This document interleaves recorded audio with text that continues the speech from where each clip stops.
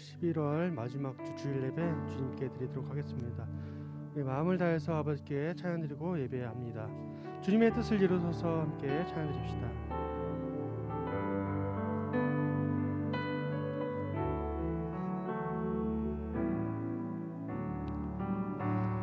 주님의 뜻을 이루소서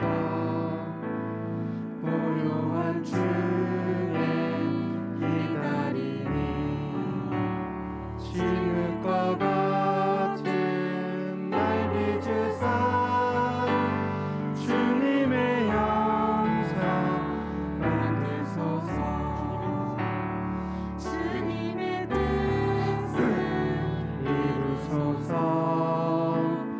주님 말 앞에 엎드리니 나의 맘속에 살피시사 눈보다 이게 하옵소서. 주님의 뜻을 이루소서. 병들어 몸이 피곤할 때 권능의 손을 내게 펴사 강건케 하여 주옵소서. 주님의 뜻을 이루소서. 온전히 나를 주장하사 주님과 함께 동행함을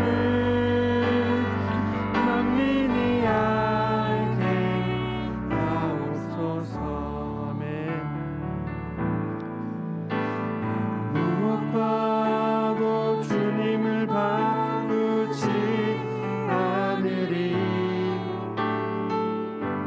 다른 어떤 은혜 구하지 않으리. 오직 주님만이 내 삶의 도움이시니 주의 얼굴 보기 원합니다. 주님 사랑해요.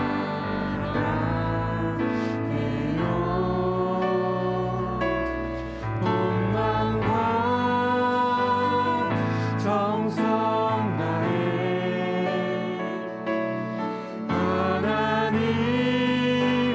하나님의 진실한 친구 되기 원합니다. 오늘 한 번 더 고백드립니다. 무엇과도 주님을 바꾸지 않으리. 다른 어떤 은혜 구하지 않으리. 오직 주님만이 내 삶의 도움이시니 주의 얼굴 보기 원합니다. 주님 사랑해요. 주님 사랑해요.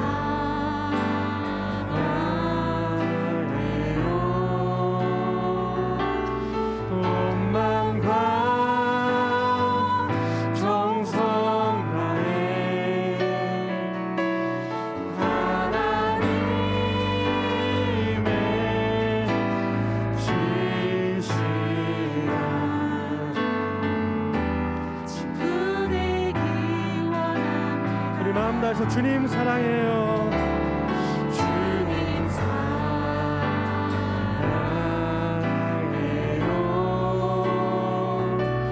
온 마음과 정성 다해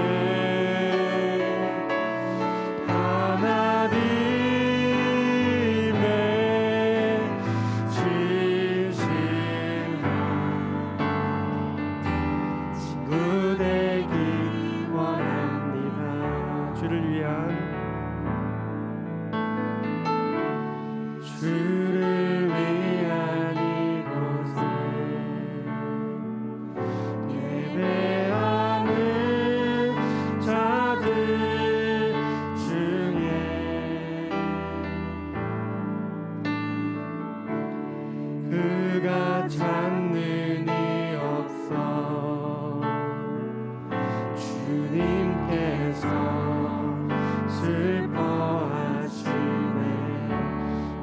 찾으시는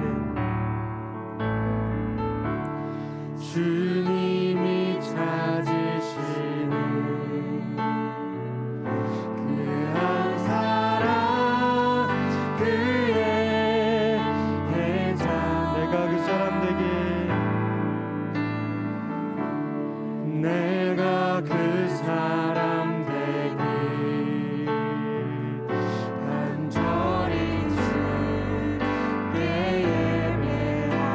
아멘. 주 내로 주 내로 이곳에 서이 내 주인께 엎드려 절하 내 그 어느 것도 난 필요 주님만 경배해 주 내로 이곳에 서이 내 주인께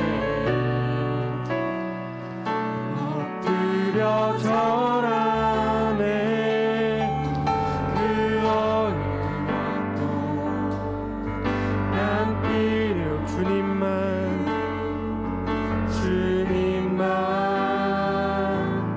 경배해. 한 번 더 찬양드립니다.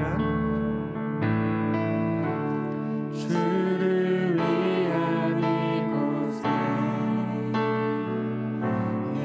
예배하는 자들 중에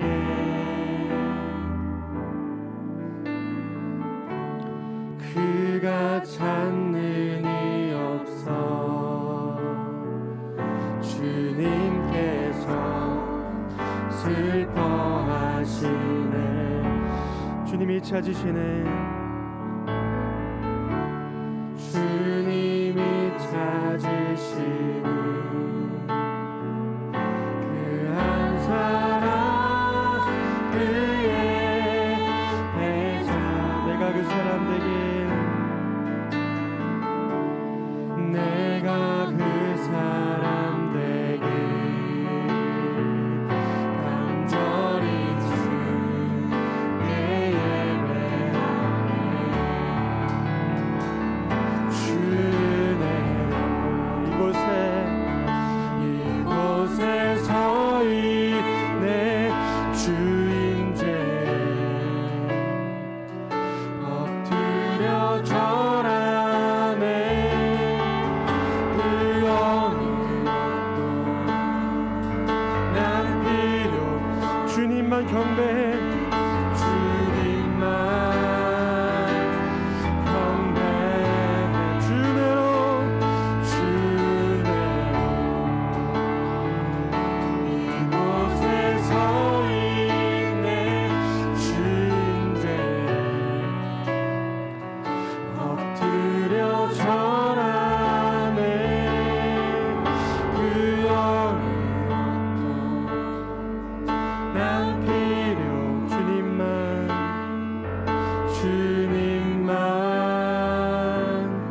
경배해. 이곳에 모인 우리가 신실한 예배자가 되길 간절히 소망하면서 계속해서 찬양드립니다.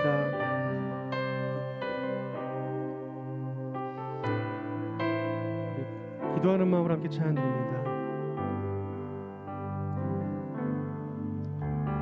주님 제 마음이 너무 둔해서 주님을 볼 수 없습니다. 이 땅에 속하여 이 땅만 보다가 주님 손을 놓쳤습니다. 나는 나 그대로 왔는데 왜 주저앉게 되었나. 나는 청직이 있네. 언제부터 내 삶에 주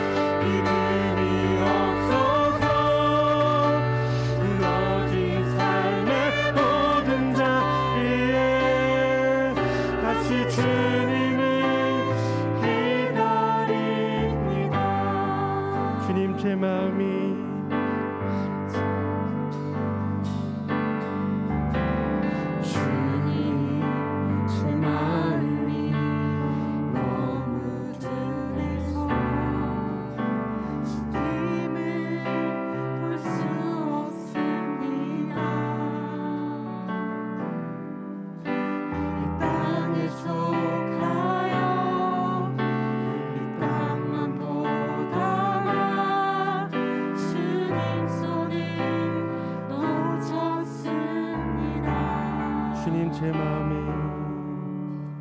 주님 제 마음이 너무 둔해서 주님을 볼 수 없으니까 이 땅에 속하여 이 땅만 보다가 주님 손을 놓쳤습니다. 나는 나그네로 왔는데 왜 주저앉게 되었나. 나는 청지기인데 언제부터 내 삶의 주인이 되어 버렸나. 믿음이 없이는 기쁘시게 못하나니 고된 수고도 다 얻게 되리라. 믿음이 없어서 무너진 삶의 모든 자리에 다시 주님을 기다리. 한 번 더 합니다. 믿음이 없이는 기쁘시게 못하나니 고된 수고도 얻을 뿐이라. 믿음이 없어서 무너진 삶의 모든 자리에 다시 주님을 기다리. 우리 마지막으로 찬양드립니다. 주님 제 마음이 주님 제 마음이 너무 둔해서 주님을 볼 수 없습니다. 이 땅에 속하여 이 땅만 보다가 주님 손을 놓쳤습니다. 나는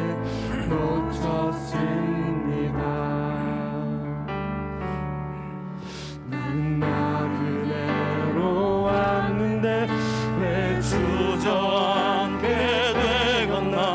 나는 청지기인데 언제부터 내 삶의 주인이 되어 버렸나.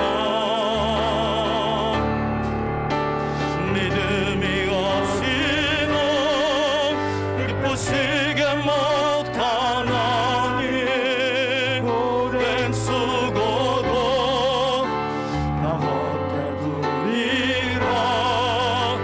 믿음이 없어서 무너진 삶의 모든 자리에 다시 주님을 기다리.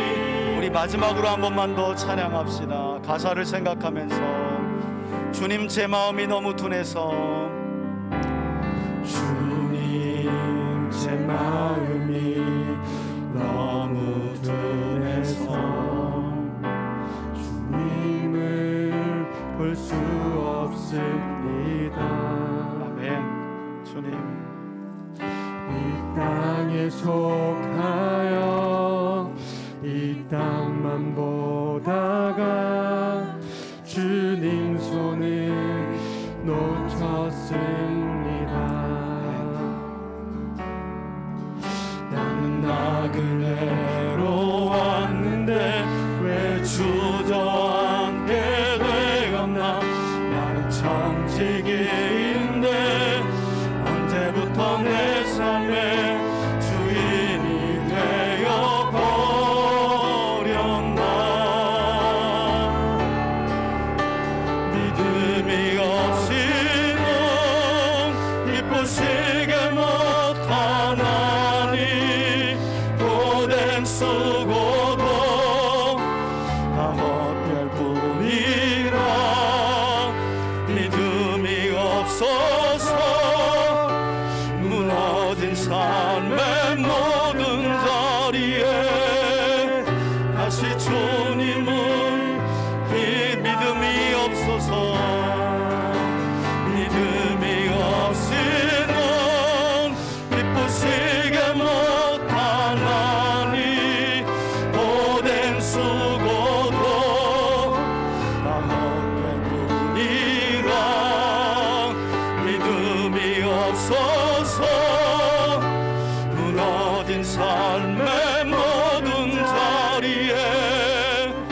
다시 주님을 기다립니다.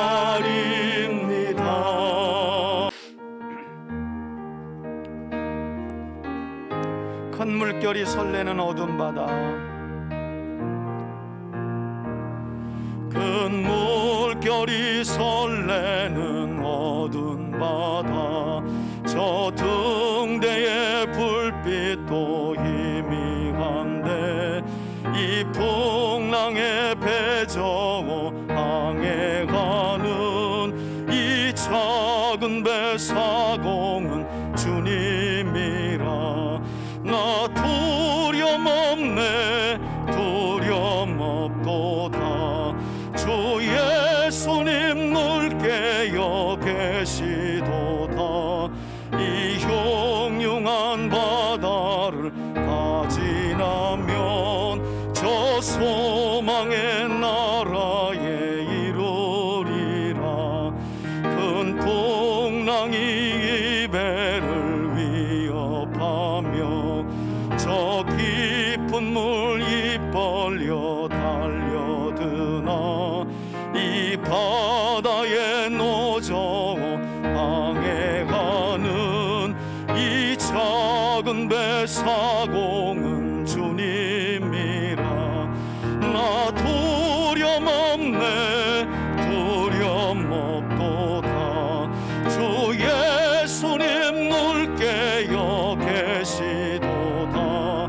이 흉흉한 바다를 다 지나면 저 소망의 나라에 이르리라. 큰 소리로 물결을 명하시면 이 바다는 고요히 잠자리라. 저 동력이 환하게 밝아올 때 나 주와 함께 지바다 건너가리. 나 두려움 없네, 두려움 없도다. 주 예수님 늘 깨어 계시도다. 이 흉흉한 바다를 다 지나면 저 소망의 나라에 이르리라. 오늘 우리에게 주시는 하나님의 말씀은 사무엘상 13장 1절에서 15절까지의 말씀입니다. 사울이 왕이 될 때에 40세라. 그가 이스라엘을 다스린 지 2년에 이스라엘 사람 3,000명을 택하여 그 중에서 2,000명은 자기와 함께 믹막스와 베델산에 있게 하고 1,000명은 요나단과 함께 베냐민 기브야에 있게 하고 남은 백성은 각기 장막으로 보내니라. 요나단이 게바에 있는 블레셋 사람의 수비대를 치매 블레셋 사람이 이를 들은지라. 사울이 온 땅에 나팔을 불어 이르되 히브리 사람들은 들으라 하니 온 이스라엘이 사울이 블레셋 사람들의 수비대를 친 것과 이스라엘이 블레셋 사람들의 미움을 받게 되었다 함을 듣고 그 백성이 길갈로 모여 사울을 따르니라. 블레셋 사람들이 이스라엘과 싸우려고 모였는데 병거가 3만이요 마병이 6,000명이요 백성은 해변에 모래같이 많더라. 그들이 올라와 베다원 동쪽 민마스에 진침해 이스라엘 사람들이 위급함을 보고 절벽과 굴과 수풀과 바위틈과 은밀한 곳과 웅덩이에 숨며 어떤 히브리 사람들은 요단을 건너 갓과 길르앗 땅으로 가되 사울은 아직 길갈에 있고 그를 따른 모든 백성은 떨더라. 사울은 사무엘이 정한 기한대로 이레 동안 기다렸으나 사무엘이 길갈로 오지 아니하매 백성이 사울에게서 흩어지는지라. 사울이 이르되 번제와 화목제물을 이르러 가져오라 하여 번제를 드렸더니 번제 드리기를 마치자 사무엘이 온지라. 사울이 나가 맞으며 무난하매 사무엘이 이르되 왕이 행하신 것이 무엇이냐 하니 사울이 이르되 백성은 내게서 흩어지고 당신은 정한 날 안에 오지 아니하고 블레셋 사람들은 믹마스에 모였음을 내가 보았으므로 이에 내가 이르기를 블레셋 사람들이 나를 치러 길갈로 내려오겠거늘 내가 여호와께 은혜를 간구하지 못하였다 하고 부득이하여 번제를 드렸나이다 하니라. 사무엘이 사울에게 이르되 왕이 망령되이 행하였도다. 왕이 왕의 하나님 여호와께서 왕에게 내리신 명령을 지키지 아니하였도다. 그리하였더라면 여호와께서 이스라엘 위에 왕의 나라를 영원히 세우셨을 것이거늘 지금은 왕의 나라가 길지 못할 것이라. 여호와께서 왕에게 명령하신 바를 왕이 지키지 아니하였으므로 여호와께서 그의 마음에 맞는 사람을 구하여 여호와께서 그를 그의 백성의 지도자로 삼으셨느니라 하고. 마지막 15절 함께 읽습니다. 사무엘이 일어나 길갈에서 떠나 베냐민 기브아로 올라가니라. 사울이 자기와 함께한 백성의 수를 세어보니 600명 가량이라. 아멘. 아멘. 네, 할렐루야. 오늘도 저와 여러분들이 함께 모여 드리는 예배가 신령과 진정으로 진리 안에서 하나님께 드려질 뿐만 아니라 무엇보다도 하나님의 왕되심을 인정하고 고백하는 거룩하고 구별된 예배로 하나님께 드려질 수 있길 주의 이름으로 간절히 축복하고 소원합니다. 여러분, 지난 주일 우리는 사무엘상 8장의 말씀을 함께 살펴보면서 이스라엘 백성들이 하나님의 때에 하나님께서 세우실 왕을 기다리지 못하고 사무엘 선지자의 만류에도 불구하고 오로지 어떤 왕을 구했죠? 자기들을 위하여 잘 싸워줄 왕을 요구하면서 목적은 이를 통해 주변 나라들처럼 되고자 했던 이스라엘 백성들의 불신앙적인 모습을 함께 살펴보았습니다.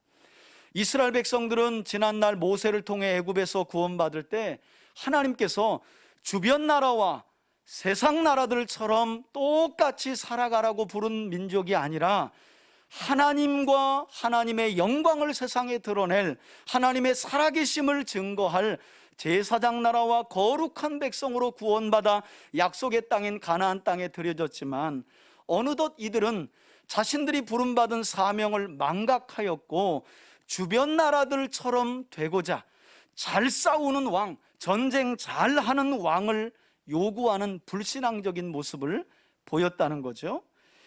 이처럼 고집스럽게 자기들이 원하는 왕을 요구하며, 여러분, 요구했다라고 하는 히브리어 지난 시간 제가 설명드렸죠. 히브리어로 샤알이에요. 이스라엘이 왕을 요구하매라는 말이 히브리어로 샤알이에요. 언어 유희거든요. 그들이 제멋대로 자기들이 원하는 왕을 샤알했기 때문에 하나님이 누굴 주신 거예요? 샤울을 주신 거예요. 그래, 니네들이 원하는 왕 한번 원하는 대로 줘볼게. 샤알했더니 하나님이 주신 왕이 샤울이었죠. 하지만 그런 후에 하나님께서는 자기들이 원하는 왕을 고집하며 요구했던 이스라엘 백성들의 잘못을 교육하시고 바로잡기 위해서 그들이 밀을 추수하는 시기에 대략 3월 이후로 보이는데요, 그들에게 어떤 재앙을 내리며 하나님이 진노하셨다는 사실을 징조로 보여주셨느냐. 역사가 요세푸스는 이 사건을 자신의 책에 기록하면서 이런 재앙은 봄에는 있을 수 없는 겨울 폭풍이었다라고 기록하고 있어요. 그러니까 봄에는 겨울 폭풍이 있을 수가 없잖아요. 그런데 하나님께서 너희들이 원하는 왕을 구한 그 일은 정말 잘못된 일이고 큰 죄임을 알도록 하시기 위해서 봄이 왔을 그때에 겨울 폭풍을 재앙으로 내리셨다는 거예요. 자, 그 내용을 한번 우리 앞에 보시고 본문을 한번 읽어볼 텐데요, 사무엘상 12장 17절입니다. 앞에 보시고 함께 한번 읽습니다. 시작. 오늘은 밀베는 때가 아니냐. 내가 여호와께 아뢰리니 여호와께서 우레와 비를 보내사 너희가 왕을 구한 일 곧 여호와의 목전에서 범한 죄악이 큼을 너희에게 밝히 알게 하시리라. 아멘. 이렇게 하나님께서 말씀하신 대로 우레와 비가 밀을 추수하는 이때에 내리게 되자, 여러분, 추수 때 비 내리면 아주 그 추수 상황이 상당히 어려워지거든요. 이렇게 하나님의 말씀대로 우레와 비가 내리자 이스라엘 백성들은 일제히 그때서야 하나님과 사무엘을 두려워하면서 그들의 잘못을 다음과 같이 자백하게 되는데, 우리 12장 19절 말씀도 함께 한번 앞에 보시고 천천히 읽겠습니다. 시작. 모든 백성이 사무엘에게 이르되 당신의 종들을 위하여 당신의 하나님 여호와께 기도하여 우리가 죽지 않게 하소서. 우리가 우리의 모든 죄에 왕을 구하는 악을 더하였나이다. 아멘. 밀을 추수하는 시기에 있을 수 없는 겨울 폭풍과 큰 우레가 닥치게 되자 그들은 하나님 앞에 주변 나라들처럼 되려고 전쟁자라는 왕 구한 거 잘못했어요. 하나님, 우리가 많은 죄를 지었는데 거기에 더 큰 죄악을 더했네요 라고 자백했다는 거예요. 성경을 보면 이렇게 이스라엘 백성들이 왕을 구한 죄악이 하나님 앞에서 잘못된 것임을 깨닫고 자백하게 되자 그때서야 비로소 사무엘 선지자는 걱정하지 말아라, 염려하지 말아라, 여호와께서 너희를 여호와의 백성 삼으신 것을 여전히 기뻐하시니 왕 한 사람이 세워졌다고 나라가 흥하고 망하는 것이 아니라고 사무엘은 설명하면서 너희들이 요구하여 내가 왕을 세우기는 했지만 그 왕이 백성들을 이끌고 하나님을 마음과 뜻과 힘을 다해 섬기지 않는다면 왕과 함께 망할 것이고, 만일 너희가 원하는 그 왕과 너희가 온 마음으로 진실되게 하나님을 섬긴다면 왕과 함께 하나님이 주시는 은혜를 누리게 될 것이다.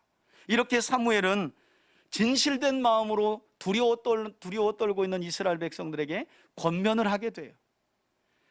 안타까운 사실은 오늘 본문 말씀을 보면 이런 진실된 사무엘 선지자의 권면이 무색하리만큼 결국 백성들이 요구하여 세워진 사울 왕이 어떤 일을 벌이게 되느냐.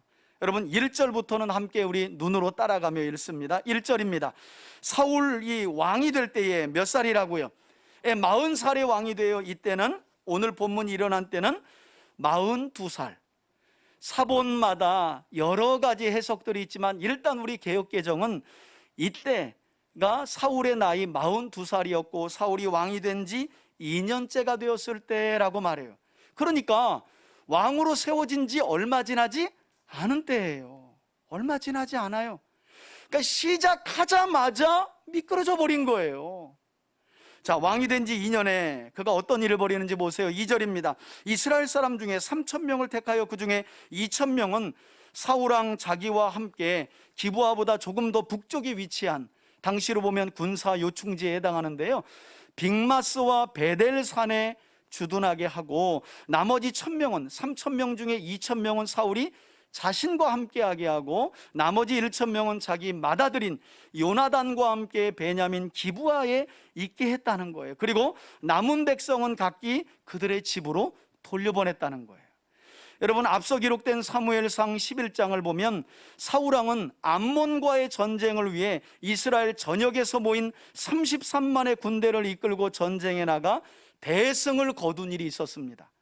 그러니까 오늘 본문에 나오는 블레셋과의 전쟁 전에 암몬과의, 요단 동편에 거주했던 암몬 족속과의 전쟁이 일어났고, 이때 온 이스라엘에서 예비군이 일어났는데 33만 명이 일어나서 사울과 함께 암몬과의 전쟁에서 싸워 큰 승리를 거둔 일이 있다는 거예요. 암몬과의 전쟁이 끝나자 방금 전 설명드린 것처럼 사울 왕은 32만 7천 명은 돌려보내고 3천 명만을 상비군 목적으로 남겨두었다는 거예요. 자, 그런데 3절에 보니까 이렇게 상비군 3천 명만을 남겨둔 상황 속에서 어떤 일이 벌어지게 되느냐. 사울 왕의 맏아들이었던 요나단이 자신이 수비하고 있는 기브아와 아버지 사울 왕이 수비하고 있는 믹마스 중간에 위치한, 한번 따라합시다, 게바. 게바라는 지명이거든요.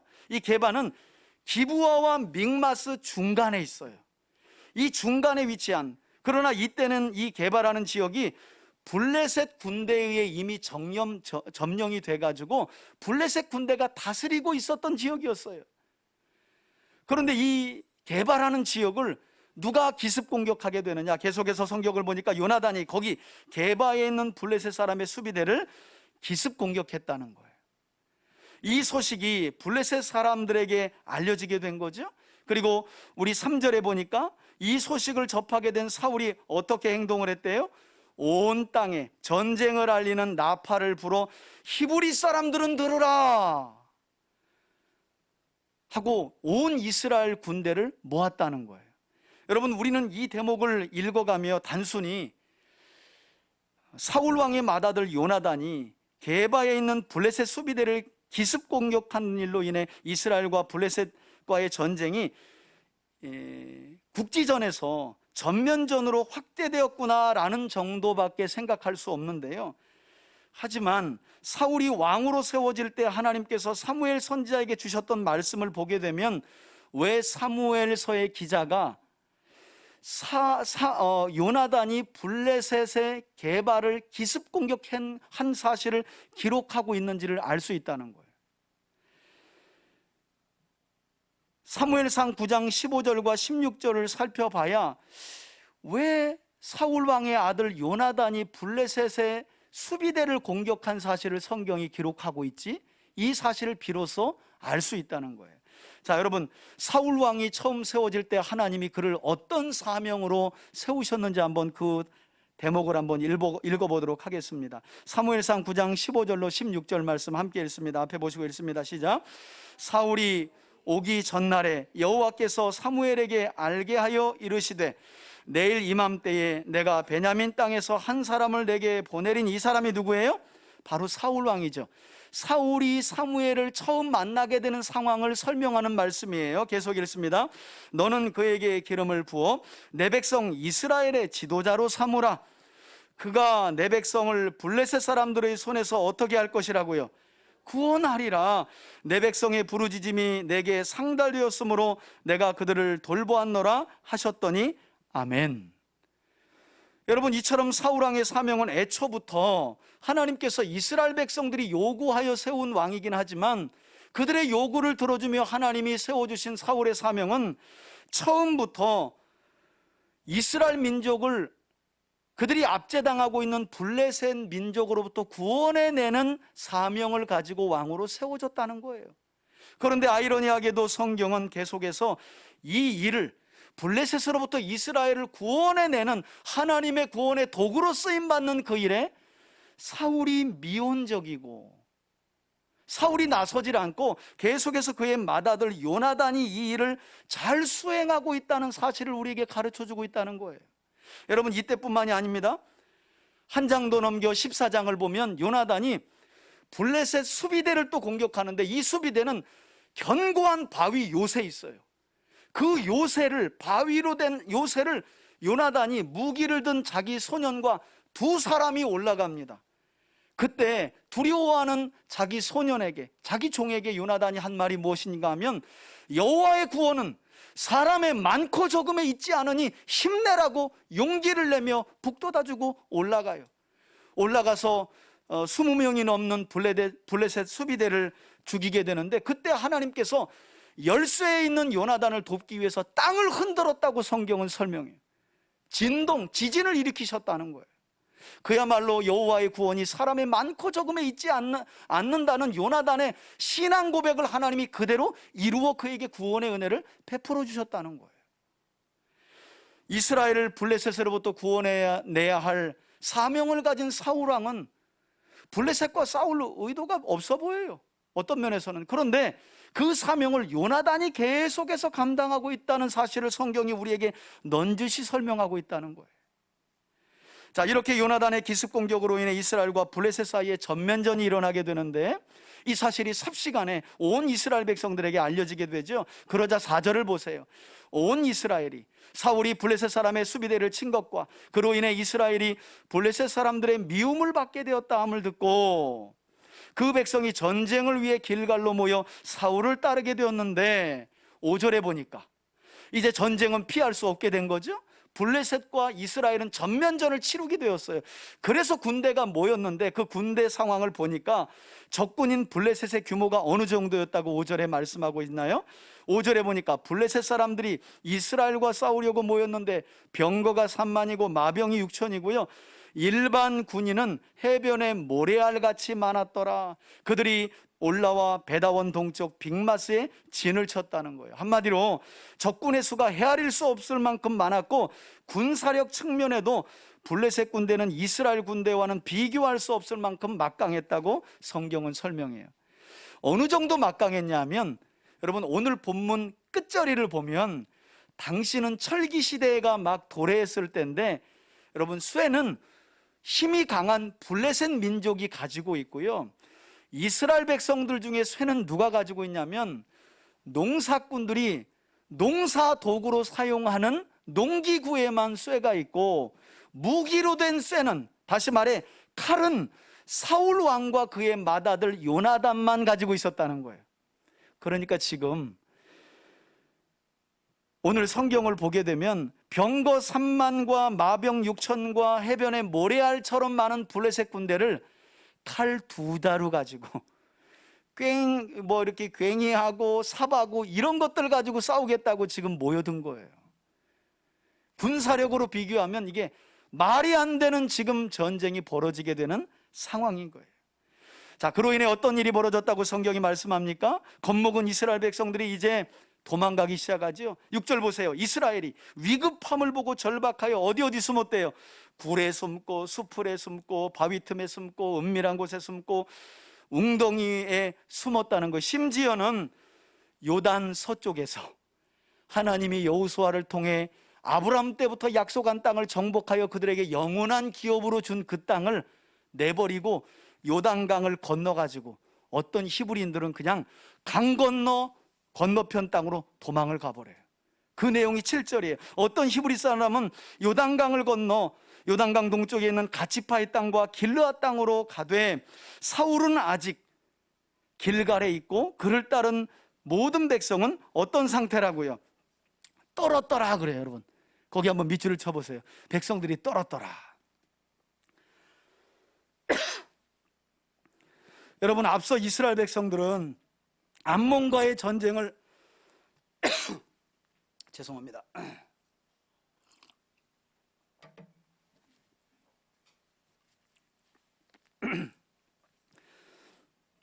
여러분, 앞서 이스라엘 백성들은 암몬과의 전쟁에 나가 싸우기 위해서 무려 33만 명의 군사가 나섰지만 성경은 참 흥미롭게 뭐라고 이야기하냐면 그들이 한 사람처럼 일어나 나가 싸웠더라 그래요.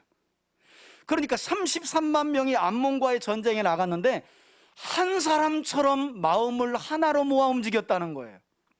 그런데 놀랍게도 암몬과의 전쟁에서 33만이 한 사람처럼 마음이 모아져 한 마음이 된 이유를 성경이 뭐라고 설명하느냐? 성경은 그들이 하나님을 두려워했기 때문이라는 거예요. 암몬 사람을 두려워한 것이 아니라 하나님을 두려워했기 때문에, 여호와께서 그 두려움을 백성들에게 주셨기 때문에 33만이라는 대군이 한 사람처럼 마음을 모아 움직이며 암몬과의 전쟁에서 대승을 거둔 거예요. 그것이 승리의 비결이었다는 거예요. 반대로 말하면 지금 블레셋과의 전쟁에서 이스라엘 백성들이 이토록 두려워 떨었던 까닭은 그들이 하나님을 두려워하기보다 막강한 군사력을 가진 블레셋 군대를 두려워했기 때문이라는 사실을 성경이 우리에게 가르쳐주고 있다는 거예요. 여러분, 믿음을 가졌다고 항상 우리가 담대할 수 있는 건 아닙니다. 우리 눈과 마음에서 하나님이 멀어지면 항상 세상은 커 보이고 우리 앞에 놓여진 문제는 커 보일 수밖에 없는 거예요.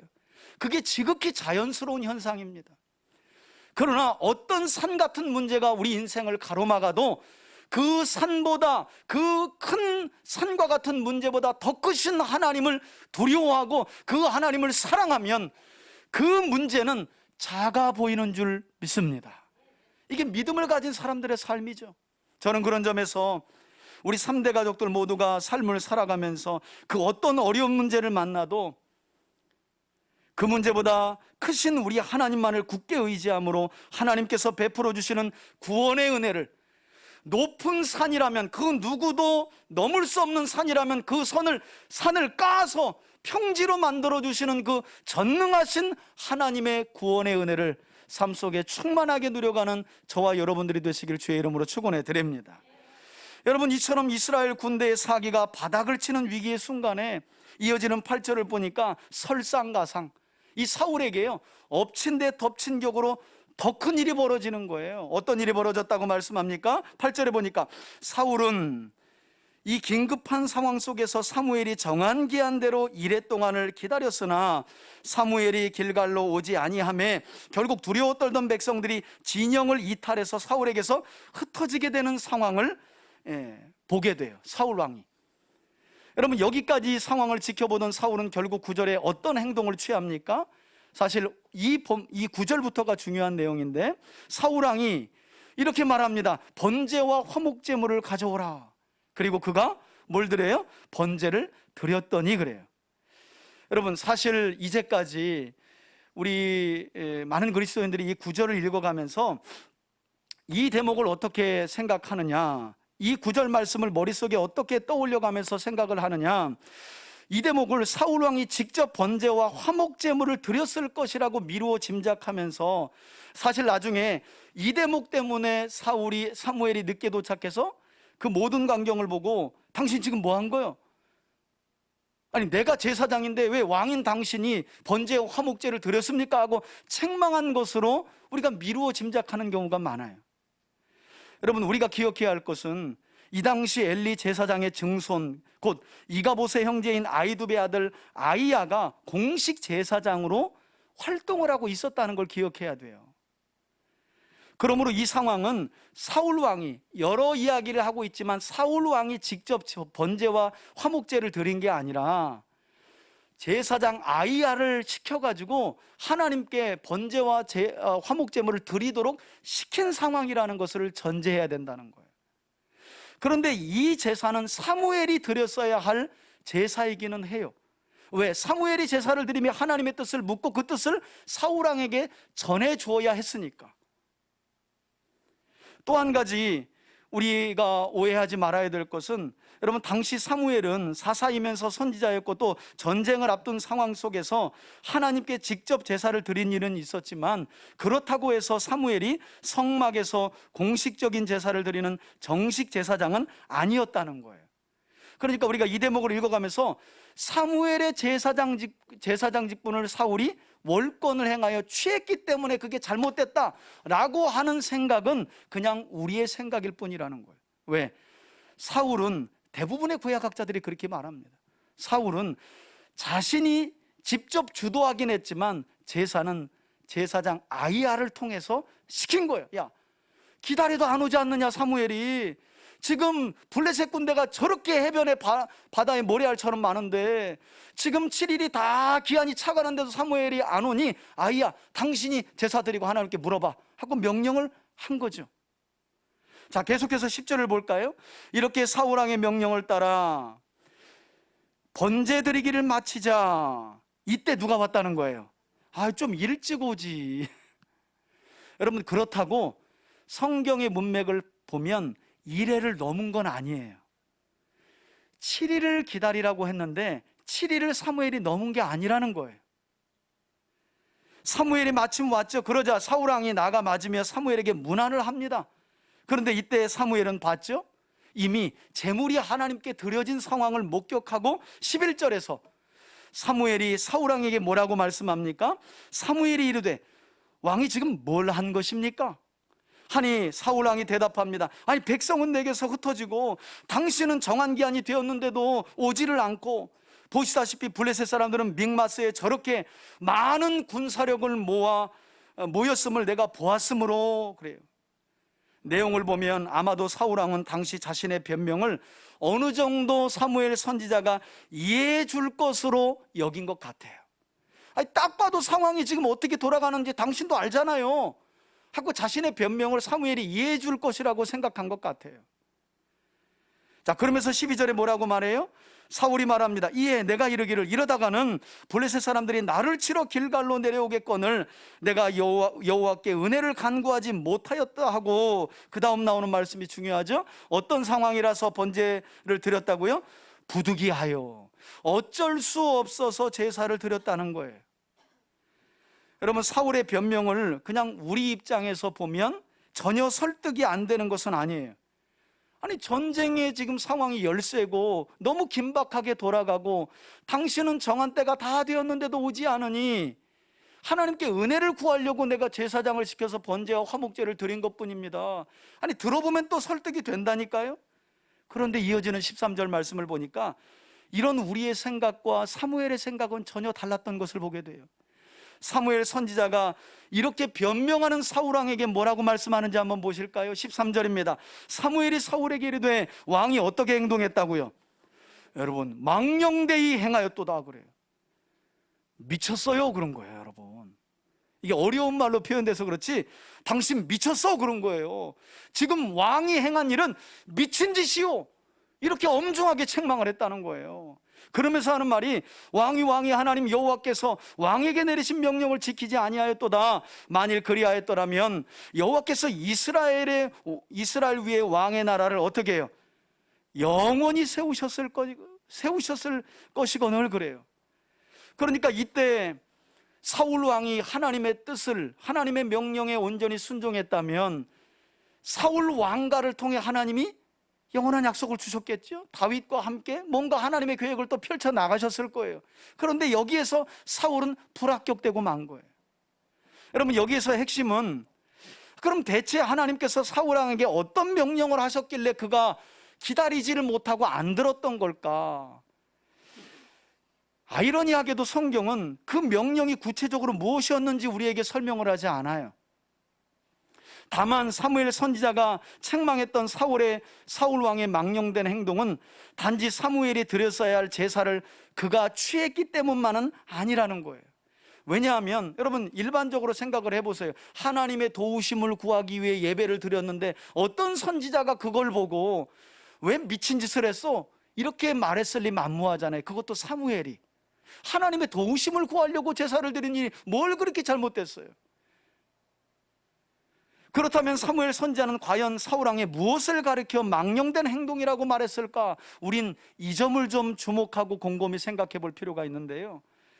여러분, 성경은 그것에 대한 해답으로 우리에게 무엇을 말씀하고 있느냐? 전후 문맥을 살펴보면 그것은 단지 사울 왕이 온전하게 7일을 기다리지 못해서이거나 사울이 드렸어야 할 제사를 그가 월권을 행하여 드렸기 때문이 아니라 오히려 그보다 더 본질적인 문제를 사무엘이 짚어가며 책망하고 있다는 사실을 볼 수 있어야 한다는 거예요. 여러분, 이스라엘의 왕의 사명은요, 하나님의 말씀을 청종하는 게 1번이에요.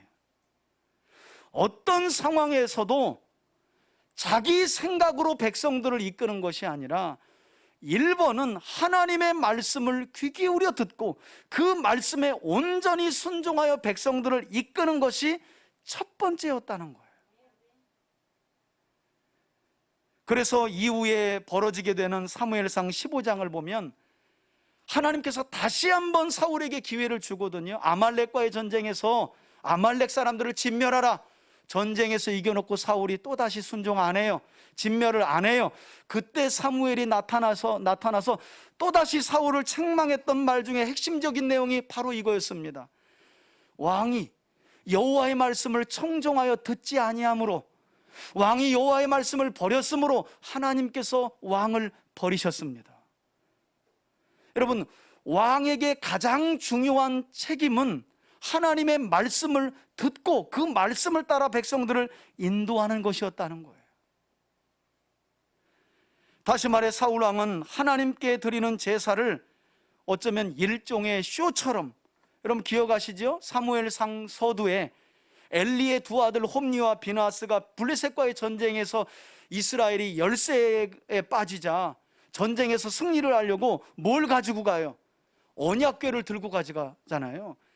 아니, 모세를 통해 이 언약궤가 가나안 땅에 들어오기까지 언약궤는 항상 이스라엘 앞서가시며 이스라엘의 적군을 이겨주는 하나님의 임재의 상징이었는데, 홈리와 비느하스가 그것을 생각하며 언약궤를 가져갔는데 홈리와 비느하스가 죽고 이스라엘 백성들은 전쟁에서 패하게 됩니다.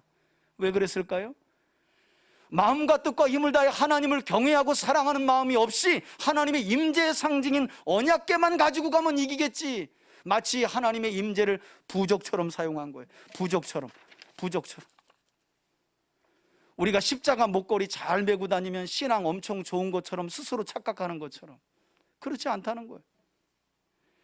어쩌면 지금 사울 왕의 번제가 홈리와 비느하스가 보였던 그 쇼와 마찬가지였기 때문에 하나님은 그 모습을 보고 사무엘을 통해 망령된 행위라고 책망했다는 거죠.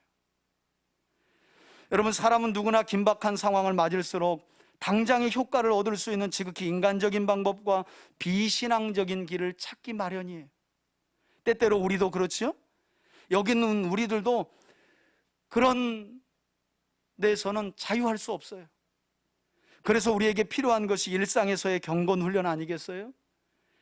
하나님을 경외하는 거룩한 믿음의 삶을 위해서 매일의 삶 속에서 하나님의 말씀을 가까이 하며 그 말씀에 귀 기울이는 훈련을 해 나아가는 삶. 말씀을 듣고 귀 기울일 때 우리 안에 내주하고 계신 성령님께서 그 말씀에 순종할 수 있는, 그래서 그 순종을 통해 하나님의 뜻이 무엇인지를 우리에게 보여주시는 줄 믿습니다. 이게 하나님이 구원받은 우리에게 원하시는 삶이라는 거예요. 자, 이렇게 하나님의 말씀을 기다리지 못했던 사울왕에게 사무엘 선지자는 마지막으로 어떤 말씀을 남기고 떠나느냐? 14절인데요. 지금은 왕의 나라가 길지 못할 것이라 시작하자마자. 그런데 여러분 그거 아세요? 사울 왕이 몇 년 통치했는지 아십니까? 이때가 왕이 된 지 2년이에요. 2년째 벌써 사울 왕은 하나님을 이용하는 법을 배웠어요. 그게 안타까운 거예요. 신앙생활을 한 지 2년째인데 내가 어떻게 예배를 이용할까? 어떻게 하나님을 이용할까? 여기에 눈을 떴다는 거예요. 그래서 제사를 이용해, 하나님을 이용해, 사람들에게는 나의 모든 신앙생활을 쇼로 이용해. 이게 사울의 모습이었거든요. 여러분 벌써 2년째의 불순종으로 낙제점을 받았어요. 그런데 하나님은 이 이후에도요 38년간의 기회를 또 주셨다는 거예요. 사울왕의 통치는 40년간 진행됩니다. 하나님이 너는 불합격이야, 너를 대신해서 내가 내 마음에 합한 자, 곧 다윗이거든요. 그를 세워서 해놓고도 사울이 온 마음으로 진실되게 하나님을 섬기는 사람으로 변화되기까지 하나님은 이 뒤로도 38년을 기다려줬다는 거예요. 저는 그게 더 감동이 되더라고. 낙제점을 찍어놓고 사울을 폐위시키기까지는 하나님이 38년의 기회를 더 주시는 거예요. 여러분 이런 하나님이 저와 여러분들이 예배하는 자비로우신 하나님이신 줄 믿습니다. 사무엘이 뭐라 그래요? 당신의 나라가 길지 못할 것이라. 14절입니다. 여호와께서 왕에게 명령하신 바를 왕이 지키지 아니하였으므로. 왜? 하나님이 원하시는 왕은 하나님의 명령을 청종하고 그 뜻을 헤아려 백성들을 이끌고 하나님의 뜻을 이루는 왕이었거든요. 그런데 하나님의 말씀을 기다리지 않았다는 거예요. 사울의 잘못된 행위는 하나님의 말씀을 기다리지 않았다는 거예요. 두려움에 쩔어서 사람들에게 보여주기식 도망가는 이스라엘 백성들의 발목을 멈추도록 하기 위해서, 야 봐라 내가 제사 드린다, 여기 하나님 계실 거야, 이랬다는 거죠. 더 웃긴 대목이 나오는데 요 다음 장에 요나단이 블레셋 군대를 기습하는 장면에서 선지자 아이야가 언약궤를 가지고 사울에게 오는데요, 우림과 둠림에다가 집어넣고 지금 이 상황을 어떻게 해야 될지 하나님께 물어볼까요 하고 제사장 아이야가 하나님께 뜻을 물어보려고 제사장 에봇에다 손을 얹는데 사울이 뭐라 그래요? 야야야, 손 빼. 물어볼 필요 없어. 그건 이게 사울이에요. 여러분 사울이 왜 버림당했는지 성경을 통해 보세요. 물어야 할 때는 안 묻고 안 물어야 할 때는 또 막 물어가면서, 왜? 하나님이 진노하셨거든요. 그래서 사울의 말년에 사울이요 자기 손으로 쫓아난 무당을 자기 손으로 찾아갑니다. 엔돌의 무당에게 또 찾아가서 물어요. 하나님이 진노하셔서 사울에게는 선지자로도 꿈으로도 제사장을 통해서도 아무런 대답도 해주지 않았다는 거예요. 하나님이 화가 나셔서. 그랬더니 자기 손으로 쫓아낸 엔돌의 무당을 찾아가서 사울이 아닌 것처럼 하고 물어요. 또 이런 사람이 사울이었다는 거예요. 하나님을 섬기는 모든 행위 자체가 왕이 된 이후에 사울은 쇼가 돼버렸어요. 쇼가 돼버렸어요. 자신의 성공을 이루기 위한 하나의 수단과 도구가 되었어요. 여러분 오늘날 교회를 보십시오. 우리가 하나님을 섬길 때 얼마나 많은 경우 우리의 모습이 사울을 닮아 있는지. 내가 하는 사업의 성공을 위해서, 내 자녀가 조금 더 나은 삶을 살아가기 위해서, 내가 조금 더 세상에서 더 좋은 삶을 살아가기 위해서 예배하고 찬양하고 봉사하며 하나님을 이용하려 하는 우리의 모습들, 사실 사울의 모습 아닌가요? 하나님은 그것을 기뻐하지 않고 왜 망령된 짓을 하느냐라고 사무엘을 통해 책망했다는 거예요. 자, 14절 한번 더 보겠습니다. 하나님이 이렇게 사무엘을 통해 말씀하세요. 여호와께서 그의 마음에 맞는 사람을 구하여 여호와께서 그를 그 백성의 뭘로 삼으셨다고요? 지도자로 삼으셨다. 여러분, 조금 전 사무엘상 서두에서 하나님께서 내가 사무엘을 통해 사울을 이스라엘의 지도자로, 블레셋에서 이스라엘을 구원해낸 지도자로 세웠다 그랬잖아요. 여기 지도자라고 하는 히브리어가 또 아주 재미있는 히브리어예요. 나기드라고 불리는데요, 나기드라고 하는 히브리어는 지도자, 통치자라는 뜻도 있고, 그보다 본질적인 의미가 뭐냐면 명령을 받아 수행하는 자, 이게 바로 지도자라는 말이에요. 여러분, 하나님께서 사울을 왜 이스라엘의 왕으로 세우셨다고요? 하나님의 명령을 받아 수행하는 왕으로 세우신 거예요.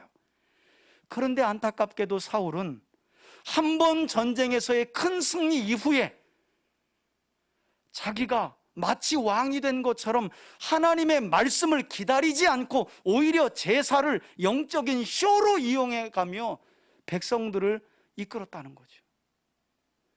하나님은 그것을 망령된 행위라고 책망했던 거예요. 그래서 이후에 세워지게 되는 다윗의 삶을 보니까 사울하고 완전 다르죠.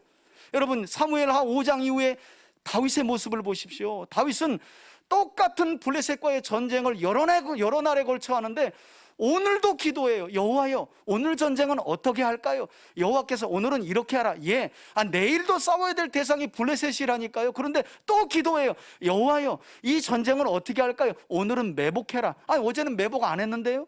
오늘은 매복하라니까, 오늘은 이 방법이군요 하고 하나님께 묻고 하나님의 말씀을 받아서 그대로 실행합니다. 그러니 사무엘하 7장에서 성경이 뭐라고 다윗의 삶을 정리하나요? 그는 어디로 가든지 이기였더라. 할렐루야. 어디로 가든지 이기였더라는 거예요. 여러분, 하나님의 사람들이 왜 형통한 삶을 못 살아갑니까? 다른 게 아니에요. 하나님의 말씀을 청종하는 그 일을 놓치기 때문이에요. 우리가 얼마나 많은 일로 바쁜지 한번 돌아보세요. 여러분, 한 주가 짧다면 짧고 길다면 긴데 여러분은 한 주를 보내면서 얼마나 하나님의 말씀 듣기를 위하여 시간을 드리는지 한번 보시라는 거예요. 사람은 들려진 대로 몸이 움직이게 되어 있잖아요. 들려진 말씀이 마음에 담겨지게 되는 것이고, 담겨진 말씀대로 우리 몸은 움직이게 되는 것이거든요. 안타깝게도 사울은 하나님의 말씀을 기다리고 그 말씀을 받아서 이스라엘을 이끌고 블레셋과의 전쟁에서 나가야 하는데 그러질 않았다는 거예요. 자기가 왕이 되어가지고 하나님께 드리는 제사를 일종의 쇼처럼 보이면서 그렇게 눈가림하는 잘못된 죄를 저질렀다는 거죠. 그래서 하나님께서 그를 버리시게 된 거예요. 시작하자마자. 여러분, 15절 한번 보시겠어요? 마지막으로 이런 사울의 불순종을 책망했던 사무엘이 마지막 행적이 나오죠. 그가 일어나 길갈에서 떠나. 하나님께서 이미 당신의 마음에 합한 자를 세우셨습니다. 이렇게 하고 길갈을 떠나는 거예요. 그리고 베냐민 기브아로 올라가고 말았는데요. 그리고 나서 어떤 내용이 오늘 본문의 마지막에 나와 있는지 보세요. 사울이 자기와 함께한 백성의 수를 세어보니 뭐라는 거예요? 600명 가량이었더라. 아니, 저 같으면 지금 상황이 엄중하잖아요. 여러분, 블레셋과의 전쟁은 둘째치고 지금 하나님이 사울을 뭐 하셨다는 거예요? 버리셨다는 거 아니에요. 하나님 마음에 합당한 누군가를 세우셨다는 엄중한 경고의 말씀을 사무엘 선지자에게 들었음에도 불구하고 그런 사무엘 선지자가 가는데 사울이 붙잡아요, 안 붙잡아요? 안 붙잡고 뭐 하고 있는 거예요? 군대 숫자를 세고 있는 거예요. 이길 수 있나 없나 아직도.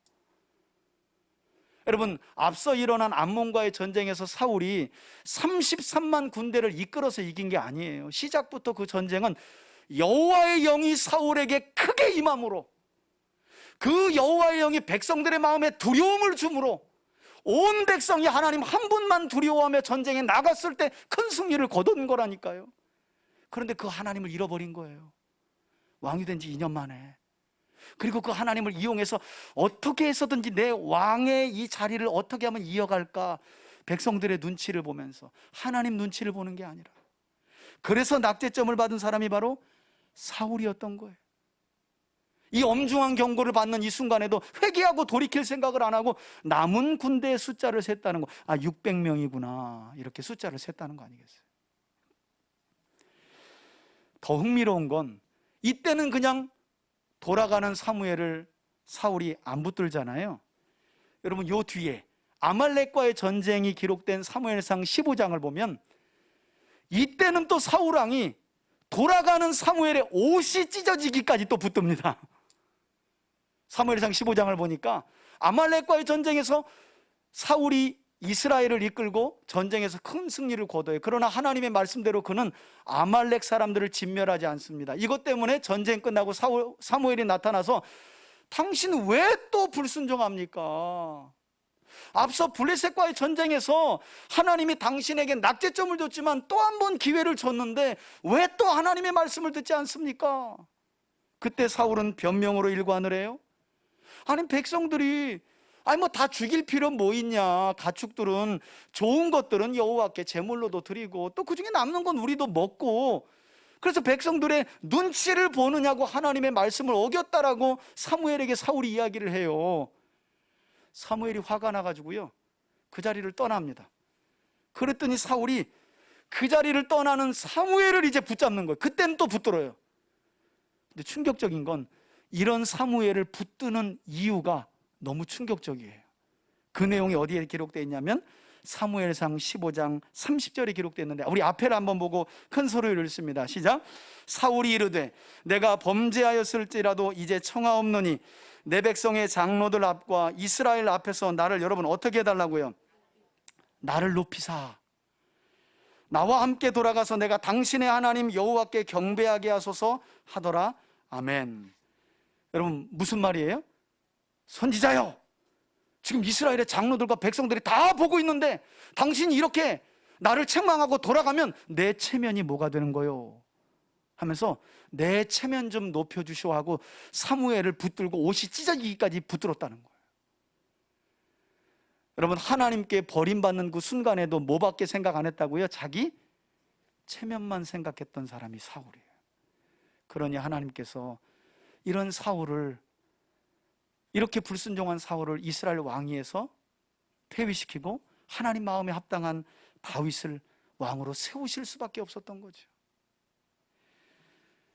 바라기는 지금 이 시간에도 우리 하나님은 주의 백성인 우리들이 하나님과 하나님을 섬기는 예배를 포함한 모든 사역들을 우리 자신의 성공을 위한 수단으로 이용하는 것을 결코 기뻐하지 않으시는 하나님이심을 저와 여러분들이 믿기를 바라고요. 우리 하나님께서는 일 잘하는 사람이 아니라 어떤 일을 맡겼을 때 철두철미하게 잘 해내는 그런 사람도 중요하지만, 그런 사람들이 아니라 어떤 상황 속에서도 하나님의 말씀을 기다릴 줄 아는 믿음으로, 그리고 그 말씀에 귀를 기울여 청종하고 그 들은 말씀에 순종하는 자들을 찾으시고 그런 사람들을 세우시고 복 주시는 하나님이심을 믿는 저와 여러분들이 되길 바랍니다. 그리고 그런 하나님과 한 주간 동행하고 그 하나님만을 높이는 우리 3대 가족들이 될 수 있기를 주의 이름으로 축원해 드립니다. 아멘. 이제는 우리 주 예수 그리스도의 은혜와 하나님 아버지의 사랑과 성령의 교통하심이 불순종했던 사울의 모습을 반면교사 삼아 하나님을 향한 우리의 신앙이 진실하고 전심이 되기를 소원하고 결단하는 우리 성도들 머리 위에, 한 주간의 삶 위에 이제로부터 영원토록 함께 계실지어다. 아멘. 아멘.